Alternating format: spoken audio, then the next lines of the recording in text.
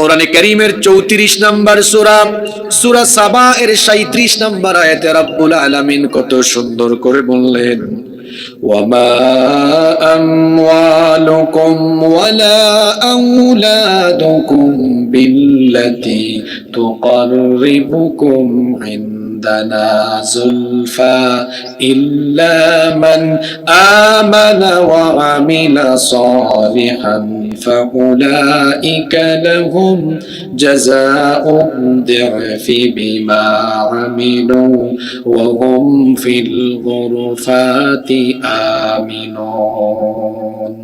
আল্লাহ তাআলা বলছেন, তোমাদের ধন সম্পদ এবং সন্তান সন্ততি এমন কোন বস্তু নয় যার মাধ্যমে তোমরা আমার নিকটবর্তী হতে পারবে।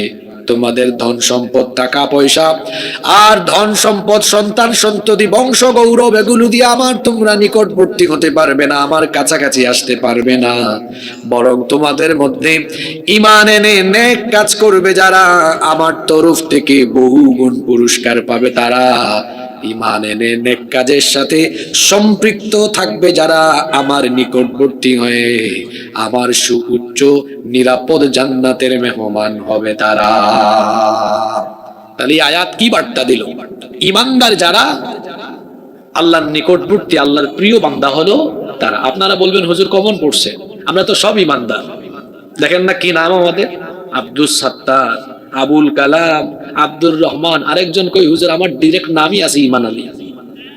নাম কি? শুধু এই মুসলমানের নাম রাখলেই ঈমানদার হওয়া যায় না। 3 জিনিসের নাম হলো ঈমান। যদি বলেন কয়টা জিনিসের নাম ঈমান? আপনি মহিলা নাকি, কথা বলেন না কেন? কয় জিনিসের নাম ঈমান? এটা শুনেন আর মিলান তো দেখি আপনার সাথে মিলে কিনা। 1 নাম্বার হলো ইকরার বিল লিসান, মুখ দিয়ে ঈমানের ঘোষণা দেওয়া। এটা কমন পড়েছে, আমরা সবাই মুখ দিয়ে ঘোষণা দিয়েছি আমরা ঈমানদার, আমরা মুমিন। এবার আসেন তো দেখি 2 আর 3 এগুলোর সাথে আমাদের খাসলত মিলে কিনা। 2 নাম্বার হলো তাসদীক বিল জিনান, অন্তর দিয়ে ঈমান ধারণ করা, অর্থাৎ আমি ঈমান আনার পরে আল্লাহ তাআলার সকল বিধিবিধানকে অন্তর দিয়ে বিশ্বাস করি। এই জায়গাতে বহু মুসলমান ধরা খাবে। অনেকে আছে মুখে বলে একটা, অন্তরে রাখে আরেকটা, বাহিরে এক ভিতরে আরেক, তার নাম মুনাফিক, তার নাম হলো। আল্লাহ তাআলা এদের ব্যাপারে কোরআনে কারীমে বলেছেন, এরা মুখ দিয়ে ঈমানের কথা বলে কিন্তু অন্তরে এরা কুফরি লালন করে। মুখ দিয়ে বলে তারা কোরআন মানে, হাদিস মানে, মাহফিলের বক্তব্য, মাহফিলের মঞ্চে এসে বক্তৃতা করবে আমরা ইসলামের সাথে আছি, আমরা কোরআনের সাথে আছি। আর ভেতরে ভেতরে তারা বলবে কিসের ইসলাম, কিসের কোরআন, ভেতরে ভেতরে বলবে আল্লাহর আইনের বিপরীতে আমরা আছি। এই রকম করে মুখে বলবে একটা, অন্তরে রাখবে আর একটা। এই ব্যক্তি মুমিন নয়, এই ব্যক্তি হলো মুনাফিক। বলছিলাম 3 জিনিসের নাম ঈমান। 1 নাম্বার হচ্ছে মৌখিক ভাবে ঈমানের স্বীকৃতি দেওয়া, ঘোষণা দেওয়া। 2 নাম্বার হলো অন্তরে সেটা ধারণ করা। 3 নাম্বার হলো ওয়া আমালুম বিল আরকান, ঈমানের যত রুকন আছে, ঈমানের সকল বিষয়াদি আপনার বাস্তব জীবনে প্রতিদিনের কাজে কর্মের মাধ্যমে ফুটে ওঠা। এখন আপনার নাম হলো ঈমান আলী। ঈমান আলী যদি ঈমানদার হয় তাহলে তো বাস্তব জীবনে ঈমান আনলে যত কাজ করা দরকার সব কাজ তার জীবনে থাকার দরকার আছে না নাই?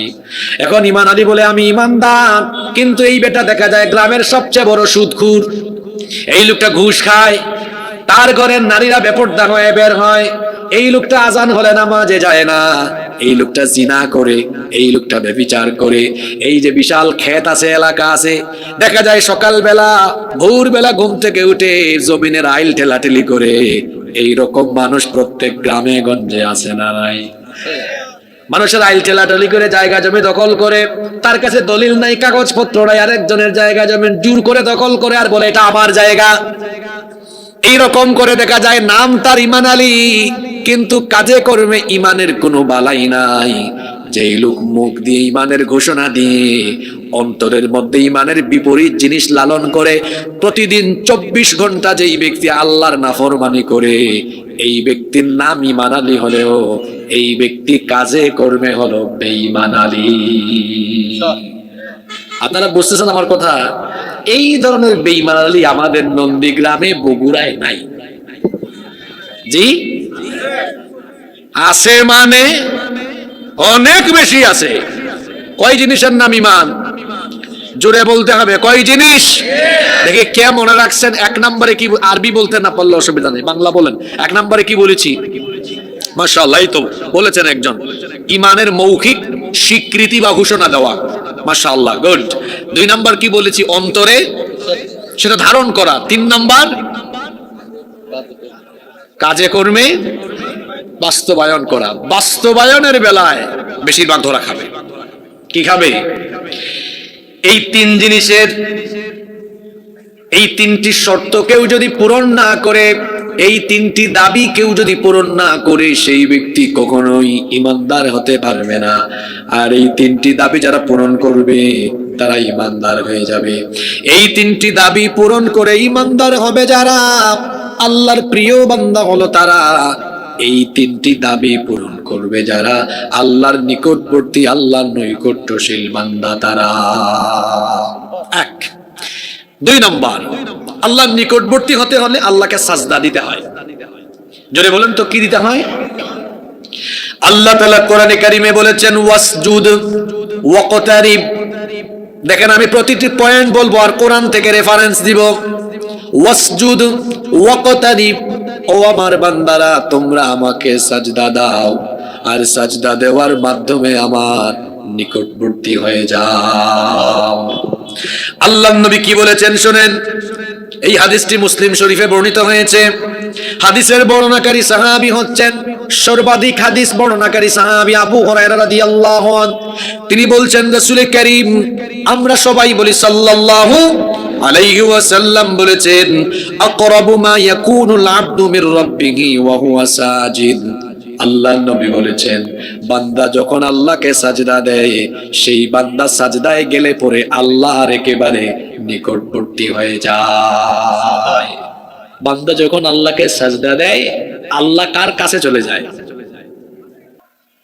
আল্লাহর নিকটবর্তী হওয়ার কয়টি আমল? 10টি আমল। বাকিরা কি?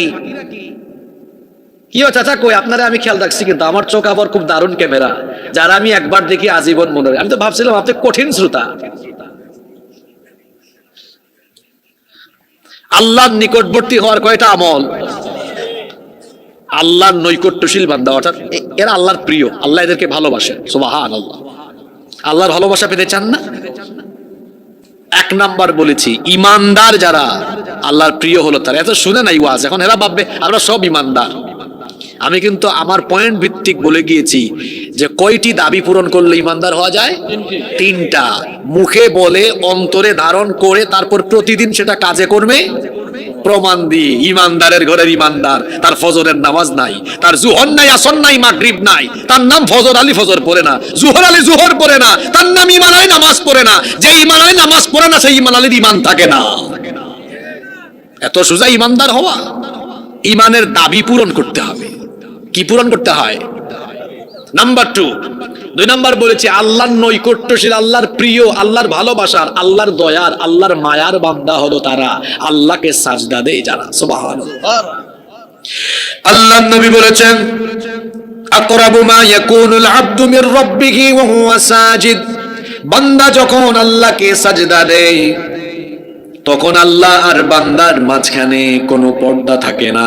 সে যখন তার মাথা অবনত করে আল্লাহর কুদরতি চরণে সাজদায় লুটিয়ে পড়ে, সেই বান্দা তখন আল্লাহর একেবারে কাছাকাছি চলে যায়। এই জন্য আল্লাহর নবী বলেছেন, ফাআকসিরুদ দুআ, তোমরা সাজদার মধ্যে বেশি বেশি দোয়া করো। কারণ আল্লাহর নৈকট্যশীল হলে ওই সময় দোয়া করলে দোয়া যিনি কবুল করবেন, গলার আওয়াজ বড় করে সবাই বলেন, তিনি কি? আল্লাহ। ওই লাল দাড়িওয়ালা চাচারে আমার দিকে তাকান। চাচা ওইদিকে কি দেখেন? আমার মোবাইল ফোন এখন আমার বন্ধ, এখন আমার মাও ফোন দিলে আমি ধরবো না। কোরআনের আলোচনায় বসেছি, আমার মনোযোগ এখন কোরআনের দিকে, তা আপনার মনোযোগ বক্কর সকর ওইদিকে যায় কেন? কি আজীব মানুষ তো। আমি এখানে বসেছি, আমি আপনাদের একটু উঁচায় আছি তো, দেখতেছি সবাইকে। মনোযোগ দেবেন, অমনোযোগে কেউ হবেন না। এমপি সাহেবের কাছে যদি কোনোদিন যাওয়ার সুযোগ পান, তো সেদিন কি আপনার এলাকার সমস্যার কথা তুলে ধরবেন না? কথা বলেন, ধরবেন না? অবশ্যই বলবেন। তো আপনি সাজদা দিলে আল্লাহর কাছাকাছি চলে যান, তখন কি আল্লাহর কাছে মনের আকুতি জানানোর দরকার আছে না? অবশ্যই। এই জন্য আল্লাহর নবী বলেছেন সাজদা লম্বা করো। আর আমার দেশে যত তাড়াহুড়া, রুকু আর সাজদা দেয়, ওই যে মুরগির বাচ্চা যেমন দানা ঠুকর ঠুকর করে খায়, আমার দেশে এরকম মুসল্লিরা ঠুকর ঠুকর করে রুকু আর সাজদা মারে। আর আল্লাহর নবী বলেছেন যেহেতু তুমি সাজদায় গেলে আল্লাহর একেবারে কাছাকাছি চলে যাও, সাজদা লম্বা করে তখন তুমি আল্লাহর কাছে দোয়া করো। আমরা তো নামাজে শুধু পড়ি সুবহান রাব্বিয়াল আযীম, সুবহান রাব্বিয়াল আলা, সাজদায় গেলে এতটুকু বলি, কিন্তু আল্লাহর নবী সাজদায় এতটুকুই শুধু বলতেন না, সব সময় আল্লাহর নবী সাজদায় একটা দোয়া করতেন। দেখি মিলান তো দেখি কই দিনই আমলটা করেছেন, কয়জনে করেছেন। আল্লাহর নবী যখনই সাজদায় দেখেন, তিনি সাজদায় সব সময় এই দোয়াটা পড়তেন, আল্লাহুম্মা গফিরলি যামবি কুল্লাহ দিক্কাহু ওয়া জিল্লাহ ওয়া আউওয়ালাহু ওয়া আখিরাহু ওয়া আলানিয়াতাহু ওয়া সিররা। কত সুন্দর দোয়া, আল্লাহুম্মা গফিরলি যামবি কুল্লাহ, হে আল্লাহ আমার সব গুনাহ মাফ করো, দিক্কাহু ওয়া জিল্লাহ, ছোট বড় গুনাহ মাফ করো, ওয়া আউওয়ালাহু ওয়া আখিরা, প্রথম এবং শেষ সব গুনাহ মাফ করো, ওয়া আলানিয়াতাহু ওয়া সিররা, গোপনে আর প্রকাশ্যে যত গুনাহ হয়েছে সব মাফ করো।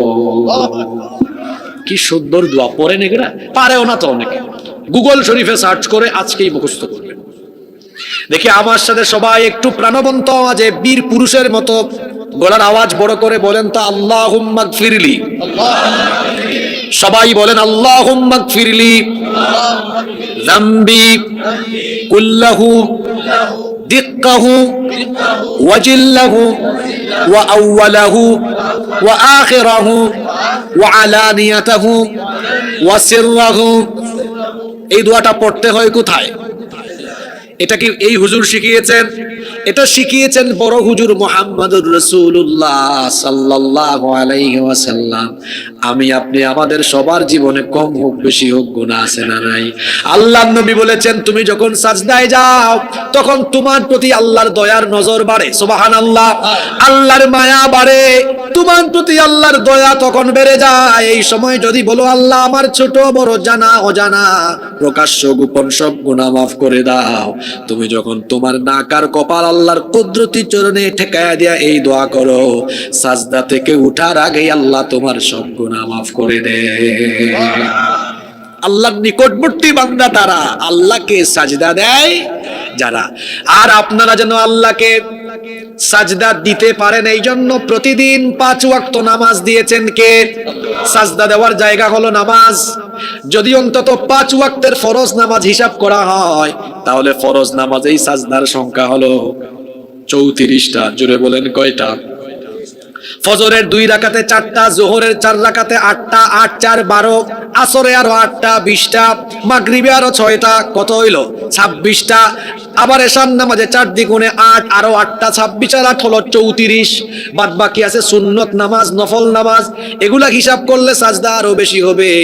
কিন্তু যদি শুধু ফরজ নামাজ হিসাব করেন, ডেইলি আপনার ফরজে সাজদার সংখ্যা হলো কয়টা? ওই পিছন থেকে বলেন তো, ডেইলি ফরজে সাজদার সংখ্যা কয়টা? 34 বার যদি আপনি সাজদা দিয়ে এই দোয়া করেন, বলেন তো আমলনামায় কি আর গুনাহ থাকবে নাকি? এখন আমাদের অবস্থা হলো এমন, এই যে আজকে জুমার দিন গেল, জুমার নামাজে হয়তো মসজিদ পরিপূর্ণ হয়ে গিয়েছিল, আসরের নামাজে এক কাতার পুরা করতেও কষ্ট হবে। এখন আমার কথা মনোযোগ দিয়ে শোনেন, আমাদের মধ্যে আল্লাহর নিকটবর্তী আল্লাহর প্রিয় বান্দা হলো তারা, নামাজে আল্লাহকে সাজদা দেয় যারা। তাহলে আমরা এই আয়াত আর হাদিসগুলো থেকে এই বার্তা পেলাম, আল্লাহকে সাজদা দেয় যারা আল্লাহর নিকটবর্তী তারা, আর নামাজ কাজা করে আল্লাহকে সাজদা দেয় না যারা, শয়তানের নিকটবর্তী হয়ে শয়তানের মুরিদ হয়ে যায় তারা। সাজদা দিলে খুশি হন কে? আল্লাহ। আর না দিলে খুশি হয় কে? তাই মাশাআল্লাহ, খুব বুদ্ধিমান মানুষ আপনারা। হাদিসে এসেছে শয়তান কখন হাসে আর শয়তান কখন কাঁদে। আল্লাহর নবী বলেছেন, যখন কোনো বান্দা আল্লাহ তাআলাকে সাজদা দেয় শয়তানের তখন কষ্ট বাড়ে, শয়তানের যন্ত্রণা বাড়ে। ইআতাজালা শাইতানু আনহু ফায়াবকি, শয়তান কোন ব্যক্তি সাজদা দিলে শয়তান ওই ব্যক্তির সাজদা দেখে দুঃখে সে অনেক দূরে যায়, অনেক দূরে গিয়ে সে কাঁদতে থাকে। কেউ সাজদা দিলে শয়তান হাসে না কাঁদে? কথা বলেন, হাসে না কাঁদে? কেঁদে কেঁদে বলে উমির ইবনু আদম বিসসুজুদ ফাসাজাদা ফালাহুল জান্নাহ। আদম সন্তানকে সাজদার আদেশ দেওয়া হয়েছে আর সে সাজদা দিয়েছে, সাজদা দিয়ে আল্লাহর জান্নাত হাসিল করে ফেলেছে। আমাকেও তো সাজদার আদেশ দেওয়া হয়েছিল, ইবলিসকে কি আল্লাহ সাজদার আদেশ দেন নাই? সে সেটা অমান্য করেছে। সে বলে ফাআবাইতু ফালিন্নার, সেই সাজদার আদেশ অস্বীকার অমান্য করে আমি জাহান্নামী হয়েছি। তখন শয়তান কাঁদতে থাকে। তাহলে এই হাদিস আমাদেরকে যে বার্তা দিল সেটা হলো এই, আমরা নামাজে গেলে, আমরা সাজদা দিলে শয়তান কাঁদে আর নামাজে না গেলে শয়তান হাসে। তাহলে আবার সবাই বলেন তো দেখি, নামাজে গেলে শয়তান হাসে না কাঁদে? আর নামাজে না গেলে শয়তান হাসে। তাই তাহলে বলেন আপনারা এখন থেকে শয়তানকে হাসাবেন না কাঁদাবেন? আর যারা বুবার মতো বসে আছে তারা কি শয়তানের খেলাফত নিয়ে বসে আছে নাকি? যারা আজান হওয়ার পরে মসজিদে যায় না এরা আল্লাহর জমিনে শয়তানের খলিফা। যারা আজান হওয়ার পরে মসজিদে যায় তারা আল্লাহর জমিনে আল্লাহর খলিফা। কথা কি বোঝা যায়? কি কি বলেছি? যারা আজান হলে নামাজে যায় না এরা আল্লাহর জমিনে কার খলিফা? বলবেন হুজুর আপনি এত কঠিন কথা বললেন কেন? হ্যাঁ, কারণ শয়তান আল্লাহর কাছে ওয়াদা করে এসেছে, আমি একটা সাজদা দিলাম না, আপনি আমারে জান্নাত থেকে বের করে দিলেন, আমিও দুনিয়ায় যাই, আপনার বান্দাদেরকে আমিও আমার খলিফা বানাবো। আপনি আদমকে বলছেন না ইন্নী জাইলুন ফিল আরদি খলিফা, আমিও বললাম আমিও সাজদা না দেওয়াই আমার খলিফা বানাবো। তাহলে নন্দীগ্রামের এই আগাপুরে যে সকল ব্যক্তিরা আজান হলে পরে নামাজে গিয়ে তারা আল্লাহকে সাজদা দেয় না, যারা এরা আল্লাহর জমিনে শয়তানের খলিফা। নাও টেক ইউর ডিসিশন, সিদ্ধান্ত আপনি নেন গো, আপনি আল্লাহর খলিফা হবেন না শয়তানের খলিফা হবেন? সুজা কথা। আমাদের আগের হুজুররা, আমাদের উস্তাদরা, আমাদের মুরব্বীরা কান্দা কান্দা ওয়াজ করে বুঝাইছে। এত ওয়াজ করেছেন ওনারা হাদিস থেকে, কোরআন থেকে, যে সর্বপ্রথম আখিরাতে কিয়ামতে প্রথম প্রশ্ন কিসের ব্যাপারে? এই হাদিসের উপরে। এই কথাটা বুঝলি তো আর নামাজ ছাড়ার কথা কত বড় কথা। আমার প্রথম হিসাব কি দিয়ে এত সুন্দর করে বুঝায়, তাও নামাজ আদায় করে না। এই জন্য কঠিন কথা বললাম। যারা নামাজে যায় না কার মুরিদ? যারা বলেন কার মুরিদ? এরা কারে খুশি করে? তো 5 ওয়াক্ত নামাজ ছেড়ে দিয়ে কারে খুশি করেন আপনি? ফজরের সময় ঘুমায়। কেমন করে ঘুমাও তুমি, কেমন করে ঘুমাও তুমি, ফজর করে কাজা, এমন তো হতে পারে জুহরে জানাজা। হতে পারে না? জোরে বলেন, হতে পারে না? যুবক ভাইরা বলছেন হুজুর আমি এখনো ইয়াং আছি, একটু বুড়া টুরা হই তারপর পড়বো। Keep in your mind there is no serial of death. মৃত্যুর কোন সিরিয়াল নাই। বাপ জীবিত, ছেলে কবরে চলে গেছে, আছে না? দাদা নানা এখনো জীবিত, কিন্তু নাতি নাতনি কবরে চলে গিয়েছে, এরকম আছে না নাই? খবরদার আমার যুবক ভাইরা, শয়তানের এই ধোঁকায় পড়বেন না যে আমার বয়স হোক, আমি বুড়া হই তারপরে নামাজে যাব। বরং আপনাদের রুকু সাজদার দাম অনেক বেশি। আপনি যুবক মানুষ, ফিজিক্যাল ফিটনেস ভালো, ফিজিক্যাল এনার্জি আছে, আপনি যেরকম লম্বা সময় নিয়ে ধীরস্থির ভাবে রুকু দিতে পারবেন, সাজদা দিতে পারবেন, একজন বয়স্ক চাচা সেইভাবে আপনার মতো সুন্দর করে রুকু দিতে পারবে না, সাজদা দিতে পারবেন না। কারণ সেই চাচার কোমরে ব্যথা, মেরুদণ্ডে ব্যথা, বেশিক্ষণ দাঁড়াতে পারে না, বেশিক্ষণ বসতে পারে না, কারো হাঁফানির সমস্যা, কারো ডায়াবেটিক্সের সমস্যা, কারো আলসার, কারো ক্যান্সার, নানা ধরনের সমস্যা। কিন্তু যুবক যখন তরুণ যৌবন বয়সে থাকে তখন তার শরীরে এনার্জি থাকে। এই জন্য বুড়া মানুষের সাজদার চাইতে যুবকের সাজদার দাম আল্লাহর কাছে অনেক বেশি। যুবকের সাজদার দাম আল্লাহর কাছে অনেক বেশি। চাচারা বলবেন হুজুর আমরা কি দোষ করছি? আপনি দোষ করেন নাই গো, আপনিও একদিন জোয়ান ছিলেন, তখন দিয়ে থাকলে ভালো কথা, তখন দিলে এখন বোনাস পাবেন। কি পাবেন? বলবেন হুজুর বোনাসটা বুঝলাম না। কোন ব্যক্তি যখন বালেগ হওয়ার পর থেকেই আল্লাহর ইবাদত করে করে যায়, যৌবনকাল ইবাদতে কাটিয়ে যায়, বুড়া হয়, ওই যৌবনকালে নামাজ আদায় করতো একদম ফার্স্ট ক্লাস ভাবে, বুড়া কালেও নামাজ আদায় করছে, কিন্তু তখন বেশি লম্বা করে পারে না। আল্লাহ ফেরেশতাকে বলেন, দাঁড়া একটু, দাঁড়া দাঁড়া, আমার বান্দা যে এখন বুড়া কালে বেশি লম্বা সময় রুকু দিতে পারে না, সাজদা দিতে পারে না, আমল নামার খাতা উল্টাইয়া পিছন দিকে যাও, দেখো তো তার যৌবন কালের কি হালত। ফেরেশতা কয়, আল্লাহ যৌবন কালে তোমার বান্দা লম্বা সময় সাজদা দিত, লম্বা সময় রুকু দিত, নামাজটা খুব ধীর স্থির ভাবে লম্বা সময় নিয়ে এখন পারে না, বুড়া হইছে তো এখন আর পারেন। আল্লাহ বলবেন, ঠিক আছে, আমার বান্দা যেহেতু জোয়ান কালে যুবক কালে আমার ইবাদত বেশি করেছে, বুড়া কালে এখন বেশি পারে না, অল্প অল্প করে নামাজে রুকু সাজদাটা লম্বা দিতে পারে না, বেশিক্ষণ দাঁড়াতে পারে না, কখনো দাঁড়ায় কখনো বসে, ঠিক আছে, সওয়াব দেওয়ার সময় বুড়া কালের নামাজের হিসাবে সওয়াব দিও না, দেওয়ার সময় জোয়ান কালের হিসাবে সওয়াব দাও। তো চাচাদের জন্য দুঃখ করার কারণ নাই, যারা যৌবন কাটায় আসছেন ভালো তো ভালো, এখনো সওয়াব পাবেন। যুবকের ইবাদতের অনেক দাম, যারা যৌবনকাল আল্লাহর ইবাদতে কাটাবে, হাসরের ময়দান কায়েম হয়ে গেলে আল্লাহ বলবেন যুবকদেরকে ডেকে আনো। ফেরেশতা বলবে যুবকদেরকে দিয়ে কি করেন? আমার ওই যুবকদেরকে বের করো নন্দীগ্রামের, যারা যৌবনকালে আজান হলেই মসজিদে যেত, যৌবনকাল ইবাদতে কাটিয়েছে, ডেকে আনো। তাদের হাসরের মাঠে কষ্ট হচ্ছে, ডেকে এনে আমার আরশে আজিমের ছায়ার নিচে জায়গা করে দাও। যুবক ভাইয়েরা, আজান হলে নামাজে যাবেন তো? যাবেন তো? আল্লাহ জান্নাত বানিয়েছেন কাদের জন্য? আমাদের জন্য। জান্নাতে যেতে চান কি চান না? জান্নাতে যেতে চায়, নামাজে যেতে চায় না। যে ঈমান আপনাকে বাড়ি থেকে বের করে মসজিদে আনতে পারে না, এই দুর্বল ঈমান আপনাকে জান্নাতেও নিতে পারবে। এজন্য আল্লাহর নিকটবর্তী, আল্লাহর প্রিয় বান্দা হতে হলে কি দিতে হবে? আমার 2 নম্বর পয়েন্ট কিন্তু ভুলে যাচ্ছেন, কি দিতে হবে? সাজদা। সাজদা দেওয়ার জায়গা কোথায়? দেখা যাবে মসজিদে আজকে ইমাম সাহেব, দেখে রাখেন, যে কুতুব ছুটে যাবে তো ওর রোগ আছে, ওর প্যান্ট ঠিক নাই, ওর লুঙ্গি ঠিক নাই, ও পেশাব করে কি নেয় না? পানি নেয় না। পেশাব করে পানি নেয় না, অপবিত্র থাকে। যে ব্যক্তি অপবিত্র থাকে, নাপাক থাকে, তার সাথে ফেরেশতা থাকে না শয়তান থাকে? কার ফ্রেন্ড? যারা বলেন কার ফ্রেন্ড? আর এই অবস্থায় যদি মরে যায়, চিন্তা করছেন মল্ল কি অবস্থায়? কথা বলেন কি অবস্থায়? নাপাক অবস্থায়। কি অবস্থায়? আল্লাহ রাসূলের হাদিস কি বলে? ইউবাসু কুল্লু আবদিন আলা মা মাতা আলাই, যে যে অবস্থায় মরবে ওই অবস্থায় হাসরে উঠবে। নাউযু বিল্লাহি মিন, নাপাক থাকবেন না। এই যে হুজুর এক পাশে বসে আছেন, আল্লাহ রাসূল একদিন এক কবরের পাশ দিয়ে যাচ্ছেন, সাহাবীদেরকে বললেন, শুনো, এই কবরে আযাব হচ্ছে, খুব বড় অপরাধের কারণে, এরা পেশাব থেকে পবিত্র। অনেকে আছে পেশাব করে পবিত্র আর হয় না, এরকম করবেন না, এটা বড় ধরনের অপরাধ, কবরে আযাব হয়। এই জন্য আল্লাহ আমাদেরকে হেদায়াত দান করেন। আল্লাহর নিকটবর্তী হওয়ার 2টা আমল বললাম। 1 নাম্বার কি হওয়া? পাক্কা ইমানদার হওয়া। কি হওয়া? মুনাফিক যেন না হই। 2, আল্লাহর কি দেওয়া? সাজদা দেওয়ার জায়গা কোথায়?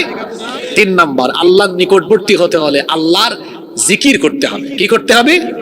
আমার দেশে তো আরেক মুশকিল, জিকির বানাইছে, হই হই, তারপরে ওইদিন দেখলাম হিম হে হিম হে,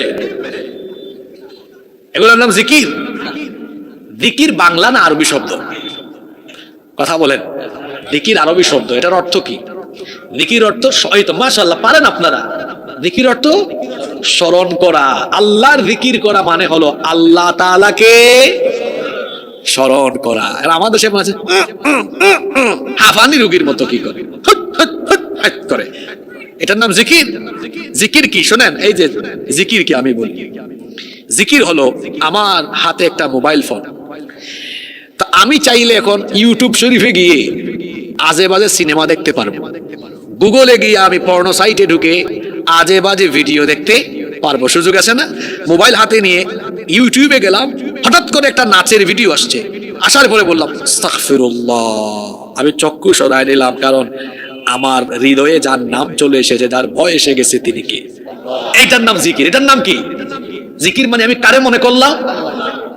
আর আমার দেশে জিকির বানাইছে কি, দেখেন না ইউটিউবে আপনারা, ব্যাককলের দল। জিকির হলো মহান আল্লাহকে স্মরণ করা। আর যার অন্তরে আল্লাহর জিকির আছে, ওই ব্যক্তি দুর্বল থাকে না, সেই ব্যক্তি শক্তিশালী ইমানদার হয়ে যায়। সুবহানাল্লাহ। এটা উদাহরণ দেই কিভাবে শক্তিশালী হয়।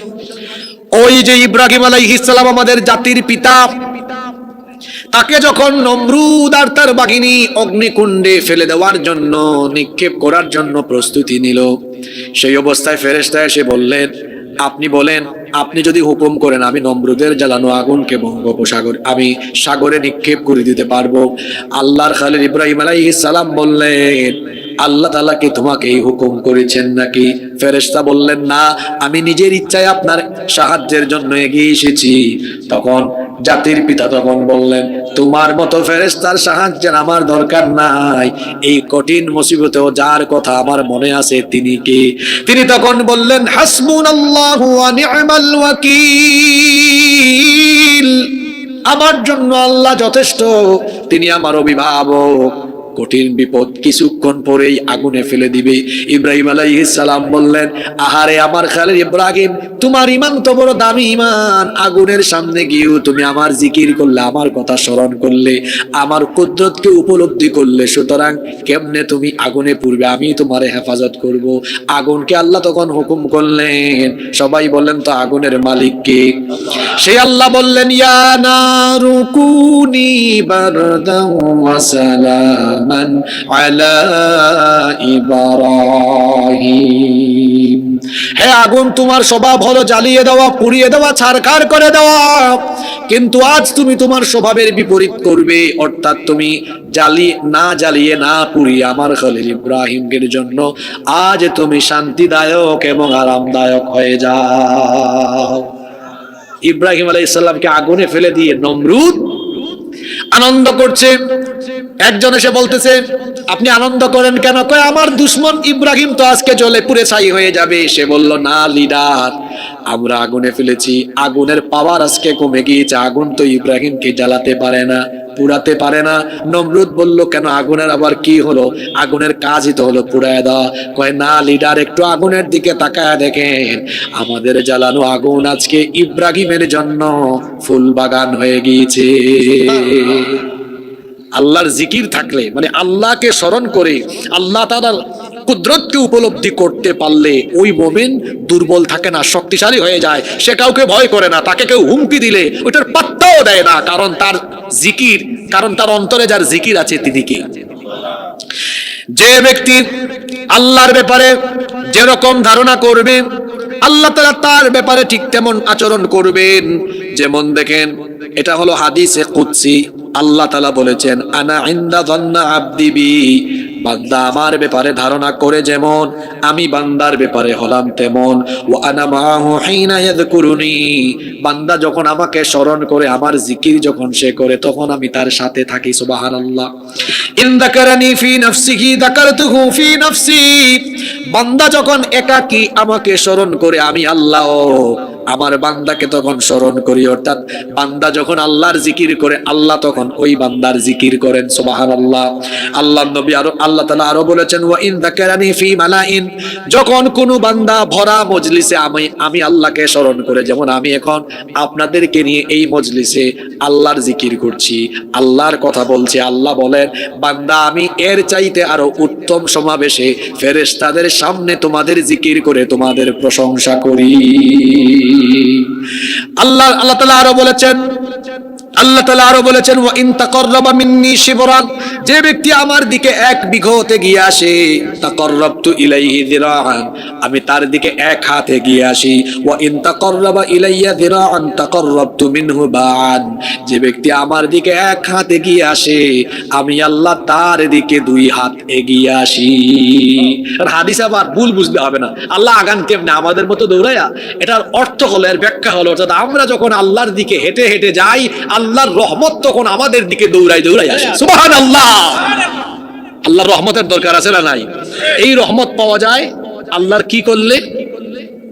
জোরে বলেন, আল্লাহর কি করলে? জিকির মানে কি হুক্কু হুক্কু নাকি?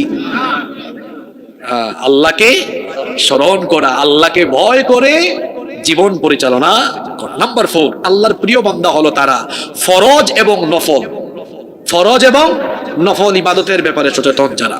এটাও হাদিসে কুদসি আল্লাহ তাআলা বলেছেন, আমার যে বান্দা ফরজ ইবাদত ঠিকঠাক মতো আদায় করে, অর্থাৎ 5 ওয়াক্ত নামাজটা ঠিক আছে, এরপরে যে ব্যক্তি নফলের প্রতি যত্নবান হয়ে যায়, তখন ওই ব্যক্তির সম্মান, ওই ব্যক্তির মর্যাদা আমার কাছে বেড়ে যায়।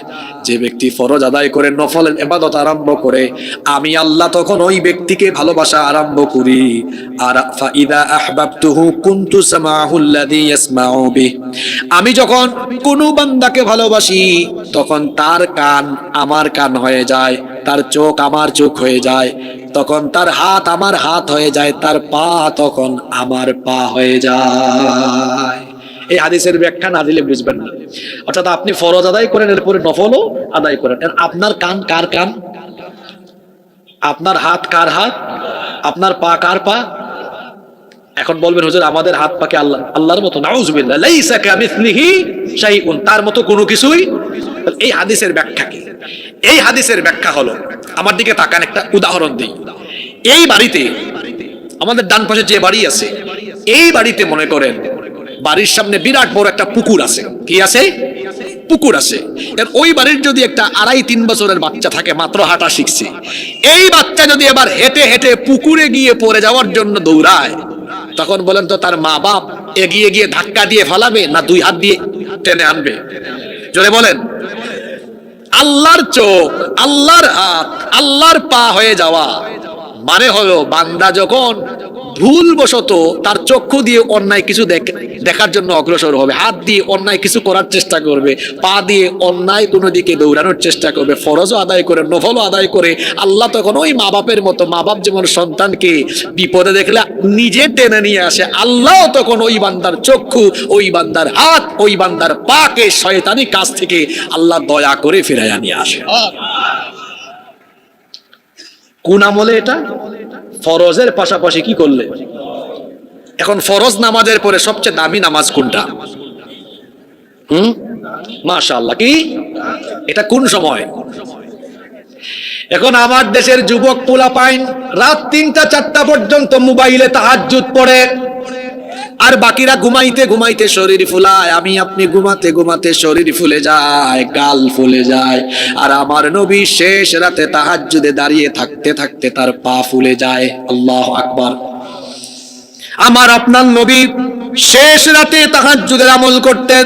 আম্মা জান আয়েশা রাদিয়াল্লাহু আনহা বললেন, আপনার তো আগে পরের সব গুনাহ আল্লাহ মাফ করে দিয়েছেন, তাহলে কেন আপনি এত কষ্ট করেন? তখন আল্লাহর নবী বললেন, আফালা উহিব্বু আন আকুনা আবদান শাকুরা, এই যে আল্লাহ আমাকে এত নিয়ামত দিয়েছেন, এই নিয়ামতের জন্য আমি আল্লাহর গোলামি করে আমি কি আল্লাহর শুকরগুজার বান্দায় পরিণত হব না? তাহাজ্জুদের নামাজ এটা আমার নবীর আমল ছিল, এটা নিয়মিত আমল ছিল। আল্লাহর প্রিয় বান্দাদের আমল হলো শেষ রাতের নামাজ, তাহাজ্জুদের নামাজ।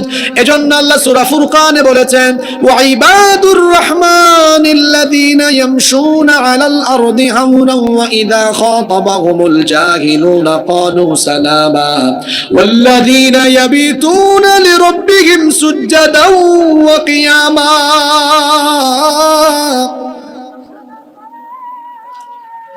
আজান হচ্ছে না? আচ্ছা, আজানটা শেষ হোক, আমরা শুরু করব।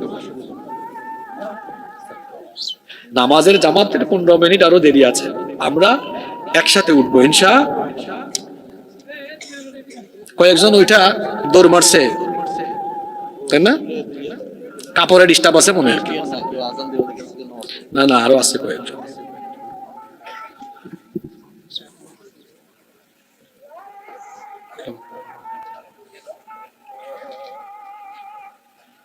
আল্লাহ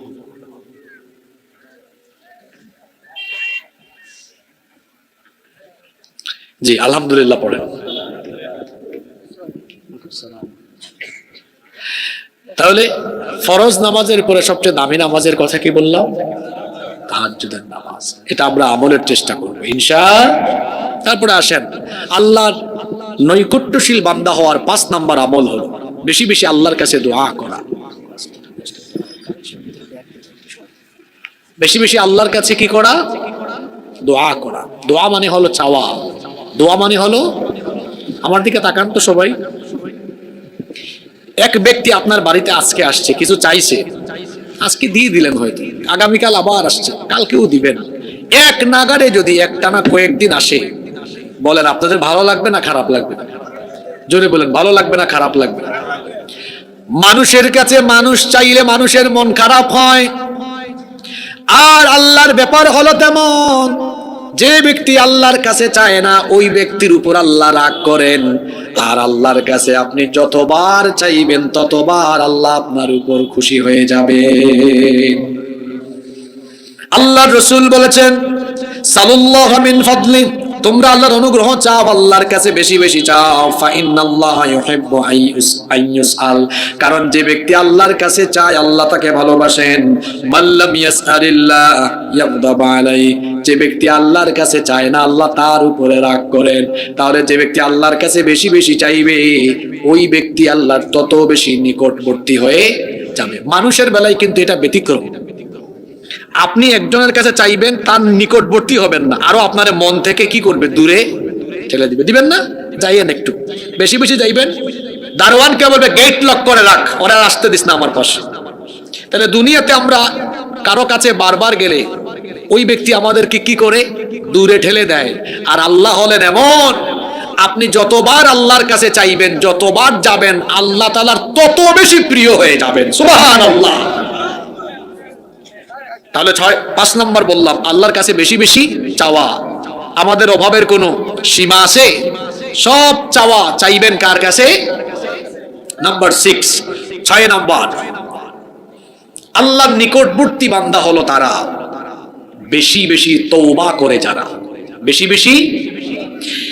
সালেহ আলাইহিস সালাম তার উম্মত সামুদ জাতিকে বলেছিলেন, ফাস্তাগফিরুহু সুম্মা তুবু ইলাইহি ইন্না রাব্বি করিবুম মুজিব। তোমরা আল্লাহর কাছে ক্ষমা প্রার্থনা করো, নিশ্চয়ই তিনি তোমাদের তওবা কবুল করবেন, কারণ তিনি তো নিকটবর্তী। যে তওবা করে আল্লাহ তার নিকটবর্তী, সুবহানাল্লাহ। এবং তিনি মুজিব, আহ্বানে সাড়া দানকারী। অন্য একটি হাদিসে এসেছে, আল্লাহর নবী বলেছেন, লাল্লাহু আশাদ্দু ফারহাম বিতাওবাতি আহাদিকুম মিন আহাদিকুম বিদাল্লাতিহি ইযা ওয়াজাদাহা। তোমাদের কারো হারিয়ে যাওয়া উট ফিরে পাওয়ার পরে সে যতটা না আনন্দিত হয়, ভুল করার পরে, গুনাহ করার পরে অনুতপ্ত হয়ে যে বান্দা তওবা করে আল্লাহ তার উপরে তার চাইতে আরো বেশি খুশি হয়ে যায়। এজন্য আল্লাহর নবী ডেইলি তওবা করতেন, ইস্তেগফার করতেন। কয়বার? 70 থেকে 100 বার। কারণ দুইটা হাদিস আছে, এক হাদিসে এসেছে 70 বারের কথা, আরেক হাদিসে এসেছে 100 বারের কথা। আচ্ছা, আপনারা অনেকেই জানেন, তাহলে এবার বলেন দেখি, নবীর জীবনে কি কোনো গুনাহ আছে? তিনি মাসুম, নিষ্পাপ, বেগুনা, কোনো গুনাহ একটা গুনাহও নাই। তাও ডেইলি প্রত্যেকটা দিন তওবা করেন কমপক্ষে 70 থেকে কতবার? আমার আপনার জীবনে গুনাহ নাই?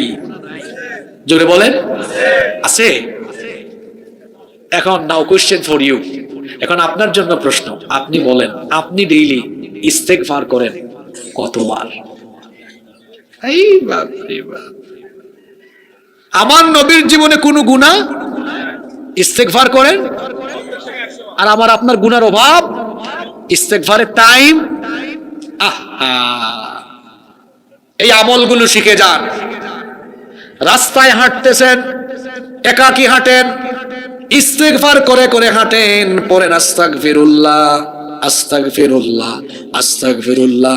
ঢাকায় যাচ্ছেন, বাসে উঠেছেন, দোয়া পড়ে তো উঠেন, যানবাহনে উঠার দোয়া আছে, তারপর বসে আছেন, আপনি সময় নষ্ট করবেন না, পড়েন আস্তাগফিরুল্লাহ আস্তাগফিরুল্লাহ। দোকানে গিয়েছেন, ব্যবসা প্রতিষ্ঠানে বসে আছেন, ওই যে ইমাম আহমদ বিন হাম্বল রহমতুল্লাহ আলাইহির সাথে রুটি বিক্রেতার যে কাহিনী ঘটেছিল, ওই রুটি বিক্রেতা সারাদিন দোকানে বসতো, রুটি বানাতো, রুটির খামির বানাতো, আর সারাদিন সে আস্তাগফিরুল্লাহ পড়তো। অফিসে গিয়েছেন, কাজ করতেছেন, একটু সময় পেয়েছেন, আস্তাগফিরুল্লাহ পড়বেন। মনে করেন সকালে পড়লেন 15-20 বার, দুপুরে পড়লেন 15-20 বার, বিকাল বেলা আরো 15-20 বার, সন্ধ্যা বেলা আরো 15-20 বার, রাতের বেলা আরো 15-20 বার। এইরকম যদি ডেইলি 70 থেকে 100 বার ইস্তেগফারের আমল আপনি করতে পারেন, তাহলে দুইটা ফায়দা হবে। এক নাম্বার, নবীর একটা সুন্নতের আমল হবে। আল্লাহ নবী বলেছেন, মান আহাব্বা সুন্নতি ফাকাদ আহাব্বানি, যে আমার সুন্নতকে ভালোবাসে সে যেন আমাকে ভালোবাসে। ওয়া মান আহাব্বানি, আর যে আমাকে ভালোবাসে কানা মাই ফিল জান্নাহ, সে আমার সাথে এক জান্নাতে অবস্থান করবে। ডেইলি এরকম ইস্তেগফার করেন না, কয়টা ফায়দা? জোরে বলেন। জার্নি করলাম আমি, আর টায়ার্ড হলেন আপনি। এক নাম্বার, নবীর সাথে জান্নাতে থাকবেন, নবীর সুন্নতের আমল করলেন। দুই, সব গুনাহ মাফ করে দিবেন কে? আল্লাহর নিকটবর্তী বান্দা তারা ইস্তেগফার করে না? ইস্তেগফার নাই তো, সুযোগ পাইলেই ও কি করলো এ কি করলো। বেশিরভাগ গ্রামে গঞ্জে গীবত আর চুগলখুরি বেশি। এইসব আমল অ্যাভয়েড করেন। আর মসজিদে নামাজ শেষ হবে, মসজিদের বৈঠকখানা কিংবা মসজিদের সামনের রাস্তায় নামাজিরাও গীবত করে, হুজুর কেমনে হেঁটে গেছে, হুজুর কেমনে কি করছে। আপনাদের এলাকায় হয়তো নাই, কিন্তু অনেক এলাকায় এগুলো আছে। ইস্তেগফার করেন, আস্তাগফিরুল্লাহ। মসজিদে গিয়েছেন, নামাজ আদায় করেছেন, জামাতের সময় বাকি আছে, ইস্তেগফার করেন, আস্তাগফিরুল্লাহ। পারবেন তো ইনশাআল্লাহ। 7 নাম্বার, আল্লাহর নিকটবর্তী হওয়ার আর একটা আমল হলো ইহসান করা। কি করা? প্রশ্ন হলো ইহসান কি? ইহসান হলো সৎ কাজ এমন ভাবে করা, আল্লাহর ইবাদতের বেলায় এমন হওয়া, আনতা আবুদাল্লাহ কাআন্নাকা তারাহু ফাইন লাম তাকুন তারাহু ফাইন্নাহু ইয়ারাকা। ইবাদতের সময় এই ফিলিংস, এই অনুভূতি অন্তরে নিয়ে আসবেন, আমার আল্লাহ আমাকে দেখছেন। অন্তত এটা মনে রাখবেন, আল্লাহ যদি দেখতে নাও পান, আপনি এমন অনুভূতি রাখবেন আপনি আল্লাহকে দেখছেন। আপনি যদি আল্লাহকে নাও দেখেন, এটা মনে রাখবেন, আপনাকে সর্বাবস্থায় যিনি দেখছেন তিনি কে। এই অনুভূতি কারো মনে থাকলে ও কখনো খারাপ কাজ করবে। 8 নাম্বার হলো পিতামাতার সাথে উত্তম আচরণ করা। যে ব্যক্তি তার মা বাবার কাছে প্রিয়, ওই ব্যক্তি আল্লাহর কাছে প্রিয়। যে ব্যক্তি মা বাপকে খুশি করতে পারে না, আল্লাহ ওই ব্যক্তির উপরে খুশি হবেন। আপনি যদি আল্লাহকে রাজি খুশি করতে চান, আপনি আপনার মা বাপকে আগে খুশি করেন। মা বাপকে খুশি করলে পরে আপনার উপর যিনি খুশি হয়ে যাবেন, গলার আওয়াজ বড় করে বলেন তিনি কে? 9 নাম্বার হলো আল্লাহর নিকটবর্তী হলো তারা উত্তম চরিত্রবান যারা। আল্লাহর নবী বলেছেন, আলা উখবিরুকুম বিমা ইয়াহরুমু আলান নার, আমি কি ওই ব্যক্তি সম্পর্কে তোমাকে খবর দিব না যাদের উপর আল্লাহ জাহান্নামের আগুন হারাম করে দিয়েছেন? সাহাবীরা বললেন, সেই ব্যক্তি কে? আল্লাহর নবী বললেন, তাহরিমু আলা কুল্লি করিবিন হাইয়িনিন লাইয়িনিন সাহালিন। কি সুন্দর শব্দ, হাইয়িনিন লাইয়িনিন সাহালিন। আল্লাহর নবী বললেন, তোমাদের মধ্যে যে ব্যক্তি নম্র ভদ্র, যে ব্যক্তি সুন্দর স্বভাব, সুন্দর চরিত্র, যার চরিত্র সুন্দর যত বেশি, সে আল্লাহ তাআলার প্রিয় এবং নিকটবর্তী তত বেশি। এজন্য সুন্দর আচরণ করা মানুষের সাথে, নিজের জন্য যা পছন্দ করবেন অন্যের জন্য তা পছন্দ করবেন। নাম্বার 10 এবং সর্বশেষ হলো আল্লাহর নিকটবর্তী এবং আল্লাহর প্রিয় বান্দা হলো তারা তাকওয়াবান যারা। তাকওয়াবান হলো তারা আল্লাহকে ভয় করে যারা। আল্লাহকে ভয় করার মানে হলো, আল্লাহকে ভয় করার মানে হলো পাপ যত ছোট হোক সেটা থেকে বিরত থাকা, আর নেকির কাজ সেটা যত ছোট হোক সেটা ছেড়ে না দেওয়া। এটার নাম হলো তাকওয়া। আল্লাহকে ভয় করার অর্থ হলো গোপনে গোপনে আমি এমন কোন কাজ করব যেটা আমার বাড়ির মানুষ জানবে না, এলাকার মানুষ জানবে না, কিন্তু গোপন কাজ সেটাও জানেন কে? রাতের বেলা দরজা বন্ধ করে দিলাম, দরজা বন্ধ করে দিয়ে মোবাইলে আমি আজে বাজে ভিডিও দেখি, আমার মা বাবা ভাই বোন গ্রামের মানুষ কেউ জানে না, কিন্তু আমি রাতের বেলা আমার একাকী ঘরের ভেতরে অন্ধকারে কি করি কি দেখি, কেউ না জানলেও যিনি জানেন তিনি কে? এটা হলো আল্লাহর ভয়। এটার নাম কি? আল্লাহর ভয় থাকবে যাদের ভেতরে। ইন্নাল্লাহা ইউহিব্বুল মুত্তাকিন, নিশ্চয় আল্লাহ মুত্তাকিদেরকে ভালোবাসেন। ইন্না আকরামাকুম ইনদাল্লাহি আতকাকুম, তোমাদের মধ্যে আল্লাহর কাছে সবচাইতে সম্মানিত হলো তারা, তাকওয়াবান হলো যারা। আল্লাহর নিকটবর্তী হওয়ার কয়টা আমলের কথা বলেছি? কয়টা? এবার আমি এখানে অ্যাক্টিভ এবং মেধাবী শ্রোতা বের করি, দেখি তো আদায় করে নি। যা আলোচনা করলাম মুলাখাস সামারিটা আমি নিয়ে নিই। 1 নাম্বার আমল কি বলেছি? কি হওয়া? কি হওয়া? ইমানদার নয়, শুধু খাঁটি ইমানদার হওয়া। ভেজালি ইমানদার হওয়া যাবে না। ভেজালি ইমানদারদের পরিচয় আমি দিয়েছি। 2 নাম্বার আল্লাহকে কি দেওয়া? মাশাআল্লাহ, সাজদা দেওয়া, সাজদা দেওয়ার জায়গা কোথায়? এখনই প্রমাণ হবে। বাইনাল আবদি ওয়া বাইনাল কুফরি তারকুস সালাহ, আল্লাহর বান্দা আর কাফিরের পার্থক্য হলো নামাজ ছেড়ে দেওয়া। বলছিলাম শয়তান কখন হাসে আর কখন কাঁদে, এখন দেখবো গো আপনি কারে হাসান আর কারে কাঁদান। 3, আল্লাহর কি করা? মাশাআল্লাহ, জিকির করা। 4, দেখি ওই ছেলেটা খুব মেধাবী শুরু থেকেই মাশাআল্লাহ, ফরজের পাশাপাশি, এটা তার সফলতা। শত শত শ্রোতা থেকে সে হুজুরকে আকৃষ্ট করলো তার দিকে, এটা সফলতা। ক্লাসে 100 জন ছাত্র থাকে, সবাইকে স্যাররা চিনেন না, যে স্যারের রেসপন্স করে বেশি, পড়া দিতে পারে বেশি, স্যার তাকে চিনেন বেশি। তারপরে আল্লাহর প্রিয় হলো 5 নম্বরে কি করা? দোয়া। উনি সব পারে, আর পারে না কেউ। 6 নম্বর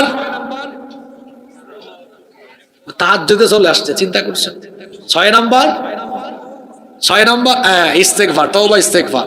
7 নম্বর ইহসান, মাশাআল্লাহ। 8 নম্বর পিতামাতার খেদমত। 9 নম্বর উত্তম চরিত্র। 10 নম্বর তাকওয়া। আজকে একটা জিনিস প্রমাণ হয়েছে যে আপনাদের এলাকায় যত মাহফিল হয়, এই মাহফিলের বেশিরভাগ বক্তাও বেহুশ হয়ে ওয়াজ করে, বেশিরভাগ শ্রোতাও বেহুশ হয়ে ওয়াজ শোনে। আজকে একটু টনক নাড়াইয়া দিয়া গেলাম, যাতে করে ওয়াজ হুশে হয়, শ্রোতাও যেন ওয়াজ হুশে শুনে। এই ভাইকে এখন গিয়ে বাড়িতে ওনার ভাই বোন পরিবারের সদস্যদের সাথে আলাপ করতে পারবে। 1 ঘন্টা সময় আমি কাজে লাগাই আসছি। এই টপিকে আলোচনা হয়েছে, এই আমলের কথা বলা হয়েছে। এটা হলো একটা মাহফিলের সফলতা, যে কি আলোচনা হলো সেটা বাড়িতে নিয়ে যেতে পারা। যে কথাগুলো বলেছি এগুলো আমলের দরকার আছে না নাই? এগুলো আমল করলে আমাদের উপর যিনি দয়াবান হয়ে আমাদেরকে যিনি তার নিকটবর্তী বান্দা বানিয়ে দিবেন, তিনি কে?